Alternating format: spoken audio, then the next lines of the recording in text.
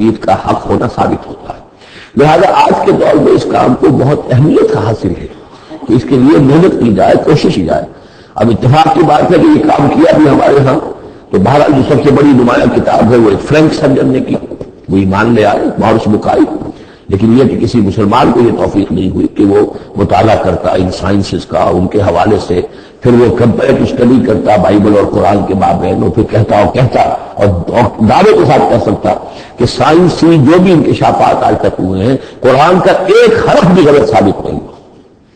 ہاں، قرآن مجید کے ان الفاظ سے جو معنی پہلے سمجھے گئے تھے جبکہ معلومات کا دائرہ محدود تھا وہ غلط ہو سکتے ہیں، لیکن قرآن کا لفظ غلط ثابت نہیں ہوا. آج قرآن کا وہ لفظ زیادہ اجاگر ہو کر، روشن ہو کر، جیسا کہ میں نے آپ سے عرض کیا علقہ، اب علقہ کہاں سے لے آئے؟ اب یہ علقہ فائدہ، فواد فائدہ اس سے ہے. تو یہ چیزیں اب اور زیادہ واضح ہوتی جا رہی ہیں. یا کہ تمام اجرام سماریہ کا کل فی فلک یسبحون، جتنا آج معلوم ہے یہ پہلے تو معلوم نہیں تھا. کئی دور آئے ہیں، پہلے انسان سمجھتا تھا زمین ساکن میں سورج چلتا ہے، پھر سوچا کہ نہیں یہ تو سورج ساکن میں زمین چلتی ہے. آج ہمیں معلوم ہے کوئی شے ہے ہی نہیں، سکون محال ہے قدرت کے کارخانے میں. کوئی ذرہ بھی جو ہے اندر، جو ایک ایٹم ہے وہاں بھی حرکت ہے. وہ نیوٹرون جو ہے وہ کس طریقے سے چکر لگا رہے ہیں بے تابانہ، حرکت ہی حرکت ہے. تو اس اعتبار سے قرآن مجید جدید سائنسی اکتشافات کے ذریعے سے جس طریقے سے اس کے حقائق مبرہن ہو رہے ہیں، اس پر زیادہ توجہ کی ضرورت. البتہ اس میں تکلف کرنا اور زبردستی کرنا نہیں. جہاں وہ بات ابھی واضح نہیں ہے سامان لو، جو بھی ہم سورہ آل عمران میں پڑھ رہے ہیں تو یہ بات ابھی واضح نہیں ہے، لیکن ہمیں یقین ہے کل من عند ربنا، یہ سب اللہ کی طرف سے ہے. وقت آئے گا تو ثابت ہو جائے گا کہ جو کچھ قرآن میں جو الفاظ استعمال کیے تھے، جو حقیقت منکشف ہوگی وہ ان الفاظ میں صحیح فٹ ہو جائے گی، اگرچہ ابھی ہم اس کی وضاحت نہیں سمجھ سکتے.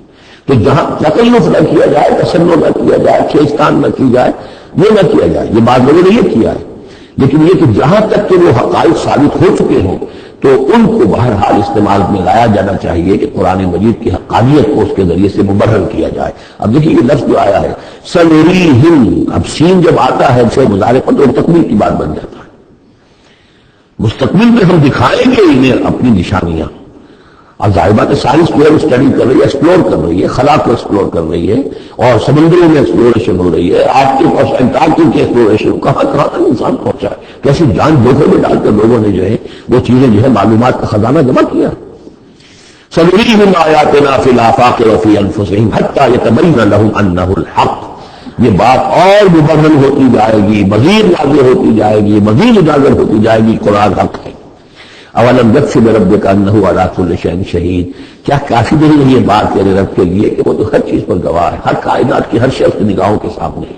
لیکن آج سے 1400 برس پہلے وہ انہی الفاظ میں اس نے بیان کیا تھا جسے اس وقت کا انسان سمجھتا.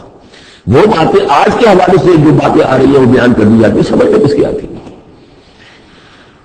انہم فی مریۃ من لقاء ربہم، آگاہ ہو جا یہ لوگ اپنے رب سے ملاقات کے بارے میں دھوکے میں پڑے ہوئے، شکوک و شبہات میں پڑے ہوئے. الا انہ بکل شیء محیط، آگاہ ہو جا وہ ہر چیز پر محیط ہے، ہر چیز کا احاطہ کیے ہوئے ہے. سورۃ الشورى، اور یہ سورت جو ہے ابھی 4 سورتوں میں یہ سمجھ لی کہ کلائمیکس ہے، اس مضمون کا کلائمیکس نقطہ عروج یہاں آ رہا ہے، اور وہ ہے اجتماعی عملی توحید. انسان جو ہے ایک متمدن حیوان ہے، یہ مانتے ہیں سب لوگ، تمدن مل جل کر رہتا ہے، اسے اجتماعی نظام وجود میں آتا ہے. اجتماعی نظام کے مختلف پہلو ہم نے شمار کیے ہیں. ایک معاشرتی نظام ہے، اس سے بھی پہلے آئلی نظام ہے، خاندانی نظام ہے، پھر معاشرتی نظام ہے، پھر اقتصادی یا معاشی نظام ہے، پھر سیاسی نظام ہے. یہ تمام جو نظام ہیں یہ جب تک کہ اللہ کی حاکمیت کے تابع نہیں ہوتے تو گویا کہ اجتماعی سطح پر تو توحید نہیں ہے، وہ تو شرک ہے. افراد جو ہے اکیلے اس میں ہو سکتے ہیں وہ واحد ہوں، اور وہ کس شکل میں ہوں گے؟ جبکہ وہ تن من دھن اس باطل اور مشرکانہ نظام کا قضا کما کر کے اور وہاں توحید کا نظام قائم کرنے کے لیے لگے ہوئے ہوں، اور انہوں نے اس کے اندر لگا دیے ہوں، تب تو وہ ہے موحد. ورنہ تو وہ مشرک ہے، مشرکانہ نظام کو انہوں نے دل سے تسلیم کر لیا. اسی مشرکانہ نظام میں وہ اپنی دوڑ دھوپ کر رہے ہیں، پاؤں پھیلانے کے لیے، جائیداد بنانے کے لیے، اپنے پروفیشن میں شائن کرنے کے لیے، کسی اور معاملے میں ساری بھاگ دوڑ اس کے لیے ہو رہی ہے. اس کا مطلب یہ کہ انہوں نے اس نظام کو ذہنت قبول کر لیا. تو جنہوں نے اس طاغوت کو قبول کر لیا انہوں نے اللہ کا انکار کیا، چاہے وہ نماز پڑھتے ہو بلکہ تہجد بھی پڑھتے ہو۔ تو اقامت دین کی اصطلاح اس صورت میں آ رہی ہے، اور اقامت دین کے موضوع پر یہ قرآن مجید کا ذروۂ سلام ہے۔ بسم اللہ الرحمن الرحیم، حامیم عین سین قاف۔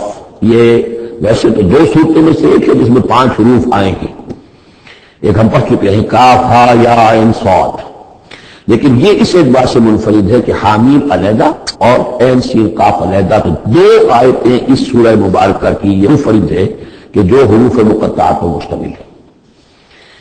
مجھے اس سورہ مبارکہ سے بھی جو ایک خصوصی مناسبت ہے وہ میں عرض کر دوں کہ سب سے زیادہ تو سورہ حدید، لیکن مکی قرآن میں سورہ حدید کا جو متوازن اور اس کا جو بدل ہے وہ سورہ شورى ہے۔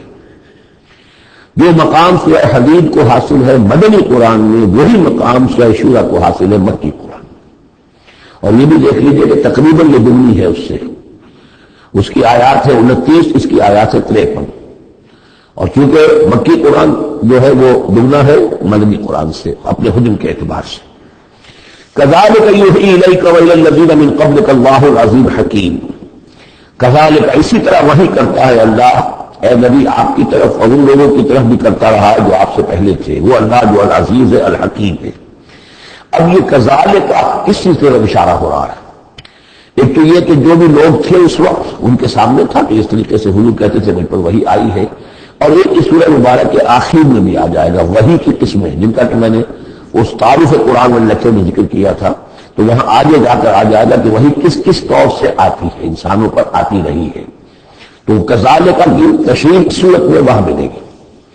لَهُ مَا فِي السَّمَاوَاتِ وَمَا فِي الْأَرْضِ، اسی کا ہے جو کچھ کہ ہے آسمانوں میں اور جو کچھ کہ ہے زمین میں، وَهُوَ الْعَلِيُّ الْعَظِيمُ، اور وہ بہت بلند و بالا ہے اور بہت عظمت والا ہے۔ تَكَادُ السَّمَاوَاتُ يَتَفَطَّرْنَ مِنْ فَوْقِهِنَّ، آسمان قریب ہے کہ اوپر سے پھٹ پڑے، یعنی اوپر ان کے اتنا بوجھ ہے، اتنا وزن ہے، اتنے فرشتے ہیں۔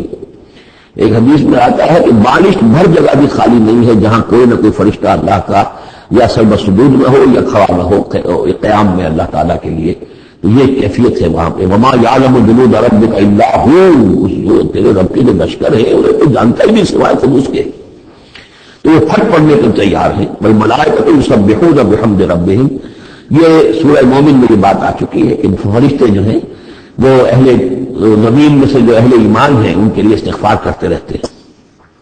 والملائکۃ یسبحون بحمد ربہم، وہ اپنے رب کی تسبیح کے ساتھ حمد بھی کرتے ہیں، ویستغفرون لمن فی الارض، اور زمین والوں کے لیے جو زمین میں ہے اہل ایمان ان کے لیے استغفار کرتے رہتے ہیں۔ الا ان اللہ هو